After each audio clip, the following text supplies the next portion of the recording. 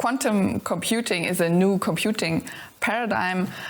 What does this mean for the freedom of code, and what is the difference for the open source community? In our next talk, we will look into different development frameworks and have a vision on how the open source community can embrace quantum computing. For that, we have Ingo Boernig. He is Chief Architect Enterprise Germany at Red Hat, and he'll give us insights into quantum computing and the open source ecosystem. Great to have you here. The stage is yours, Mr. Boernig. Yeah, thank you very much. Since we heard this very interesting talk about hardware, we are now going a little bit more into the software world, and I'm looking at that from the perspective of open source. And let's have a look. I share my screen.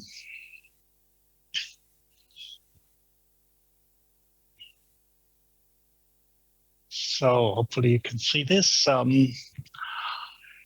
we are talking a little bit about quantum computing and open source ecosystem. So, and the question is, well, is quantum computing embracing open source, or is more the other way around? So, but let's have a little bit a short look into that, and let me introduce myself first. So I'm Ingo. I'm working as a chief architect in Germany for Red Hat, working mainly with our customers in the retail, travel, transportation, and energy utilities area.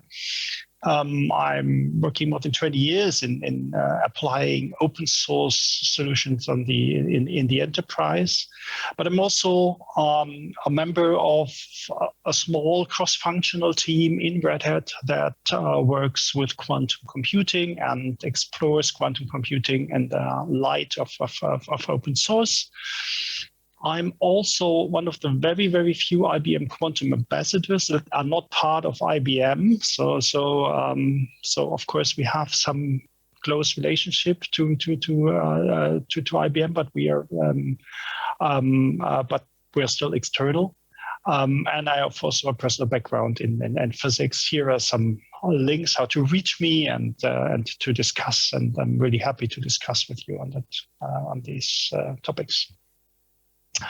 So we as Red Hat, what do we do, and why are we involved or want to be involved in this this very interesting area? First of all, we are an enterprise software vendor with an open source development model. So we are creating software for companies and our customers, and do that using open source. We are, since a few years, part of IBM, so we collaborate, but we act completely as an independent company. And that's really, really important because of our business model that we have. And all Red Hat software that we develop is 100% open source. And we call that internally upstream first, which effectively means we do not ship software as an enterprise product to our customers, which is not released on the public repository there. And that is, I think, what makes us successful. So we have been growing over the past more than 20 years steadily. Because this method really guarantees the freedom of all the interfaces and avoids a vertical lock-in between different layers. And that's why it's really, really important to have an independent view on that. And that's why IBM is owning us, but we are doing exactly only our business, and we are working with them as a partner. So, and one of the partners. So that's really important here. So not an exclusive one. So what have we done in classical computing? So in a nutshell, we're very easy. We have created a layer that is an abstraction layer between hardware system, virtual infrastructure, different clouds, and the software running on top of it that brings business value, like some application that's directly working on the system, virtual machines or microservices that run in containers. These can be distributed, these can be run, these can be certified, tested independently of the underlying infrastructure. And then the other way around, the underlying infrastructure can be tested, stress tested, certified without knowing the end application. And that is a very successful layer in between. But one of this layer, this layer is very important, that with this layer, we do not make our customers dependent on us. That would be in contrast to what the customers really want. So, and that's why it's really important that this layer is 100% open source. This layer is independent of us as a company. We are delivering it, we are supporting it, you can use it, but it's not something where you depend on us. Other companies use that layer or develop this layer with us together and offer that also. So this layer is not dependent on Red Hat, but we are influencing it, and when we are bringing our knowledge into it, and that is not only for Linux, but also for other technologies. So we bring a layer in between that is a connection between the underlying layer and the upper layers. So what does it mean when we extend that to quantum? And that is definitely something which we explore and we looked at what does that mean. So currently we are mainly looking at quantum computers as, in some sense, of co-processor model. So we are driving the analogy that a classical computer is running the main business logic, and then for specifics it will incorporate a coprocessor. That it could be a GPU. Yeah? So this example, which is already in production, used in many customers, but also here we have this layered technology from Red Hat that abstract between the hardware and the workload that's run on top of it. And we want to extend that also into the quantum world. So that's our idea. So here we have an example where we work with IBM. We use our layers in between the software framework to do that, and the actual quantum computer that's been used. Well, the actual quantum computer here is not built into the system like in the GPU case, but it's connected via the network or the cloud. But yeah, so we also need to look now what when we compare classical to quantum computing, what does that mean about the freedom and the level of open source and the rights we have on the code. And so in order to do this, I will discuss, or want to discuss with you, the freedom and the level of open source, the level of freedom in open source in classical computing versus in quantum computing. Where are we now?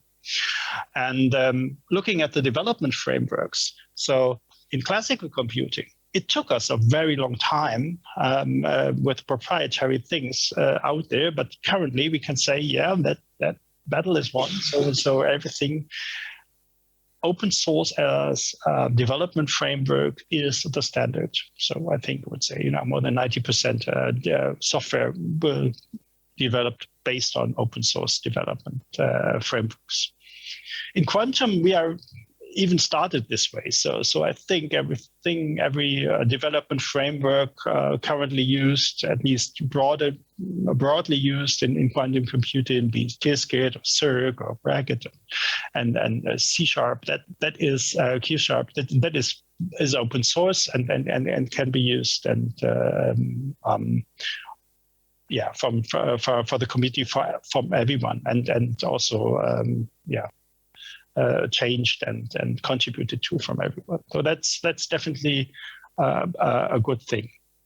Looking on the hardware level, we see that in classical computing, it's very highly commoditized, but still we have a lot of proprietary elements in the hardware, firmwares and such things.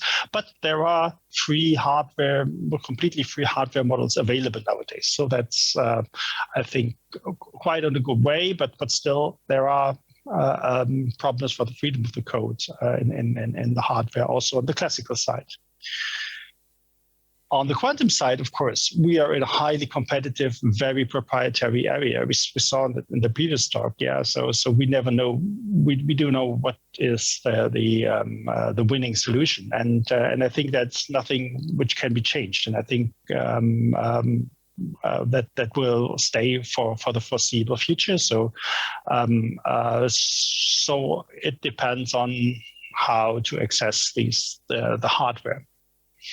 So looking at the access to the hardware, I think in a classical computing, we have all options available. You can build your own computer. You can use the cloud. You can use hosted solutions. So everything is possible. If we look at quantum, yeah. So in the foreseeable future, mostly cloud access will be available because the access to the hardware is very limited. So there will be some exceptions where, but typically it will be cloud. But and that is I think the good thing here. It's very, very open, so a lot of people have access to the systems. So we often say that quantum computing is now in the area where classical computing has been in the 1940s and 50s. But at that time, it was very hard to access one of these machines. But now a much broader audience, much broader community can access these machines, which is a really good thing. And for freedom of the code. But nevertheless, we think that open source abstraction layers also are very useful to avoid hardware-specific restrictions, and we should always think of how to embed things into a common open source layer. Let me discuss some of the ideas where these layers might be and might comment. And to discuss these ideas, I would distinguish between different areas where quantum computing is currently explored. So looking first at natural sciences like physics problems, chemical problems. So these things, these questions are very close to research activities and HPC computing. So we see a very tight integration. We also see hybrid systems, HPC, classical systems. So what we think is emerging there is that HPC quantum computing interfaces will emerge as open source and will be done in open source. Of course, this is sometimes very highly customized code, coming more from the academic area also. And what could be done? So we could extend classical scientific computing frameworks, code bases with quantum extensions. So that is what we see for this part. Maybe that is something we have a very strong special interest group in the centers community. So that could be maybe discussed here. I personally am not so deep into these areas because that is not the business of most of my customers. So and these are looking more into the two different other areas, and one of the areas is quantum machine learning. And in quantum machine learning, we see that people tend to use the classical classical machine learning frameworks and extend that with quantum code and quantum interfaces. So we see two examples for that. There's an integration of PyTorch and Qiskit. So you could use quantum machine learning with the Qiskit framework in PyTorch, and also there's an integration for TensorFlow as a classical framework with Cirq from the Google. So it's more